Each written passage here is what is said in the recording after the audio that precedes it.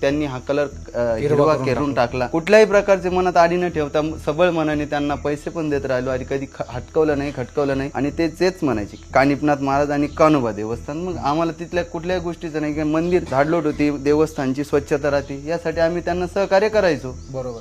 आणि या पुढे अजून पुरावे भरपूर आहेत. आता कुठल्याही प्रकारच्या दर्गेत म्हणा, याच्यात म्हणा, दानपेटी नसते.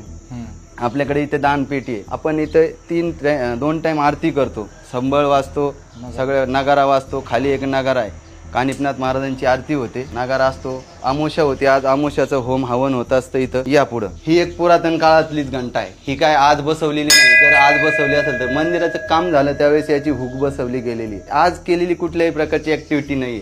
मंदिराच्या आत या, इथं आपण बघू शकता मंदिराचा दरवाजा आहे हा. या दरवाजावर सुद्धा हे सुद्धा जे नक्षीकाम आहे काम केलेलं आहे, हे सुद्धा हिंदू धार्मिक पद्धतीचं आहे. धार्मिक पद्धतीचं. दादा मला एक प्रश्न पडलाय, हे काय प्रकार आहे हा? चुना का लावलाय इथं? ह्या लोकांनी हा सफेद चुना लावून ज्या काही याच्या आत पण काही गोष्टी दडलेल्या आहेत, या गोष्टी पण याच्यातून दाबून टाकलेल्या आहेत. या बघूया. तर आता आपण इथं आलोय, तर ह्या ज्या मंदिराची प्रतिकृती ज्यावेळेस बनवत होती त्यावेळेस देवी दैवतांच्या वेगवेगळ्या प्रकारच्या प्रतिमेच्या इथं मूर्ती कोरल्या गेल्या होत्या. पण याच्यावरती चुन्याचा लेप देऊन याला प्लेन फक्त एक अँगल ठेवलाय, हा षटकोन, हा चौकोन. म्हणजे जसं तो आम्हाला जर सहकार्य फोडवता यायचा, सगळी मंदिरं फोडायचा, मूर्त्या फोडायचा, तशाच पद्धतीने इथं मूर्त्यांना झिजवायचं काम किंवा गाडायचं काम, पुसायचं काम करून हे मंदिर याच्यावर ताबा घेण्याचा प्रयत्न सुरू केला त्यांनी.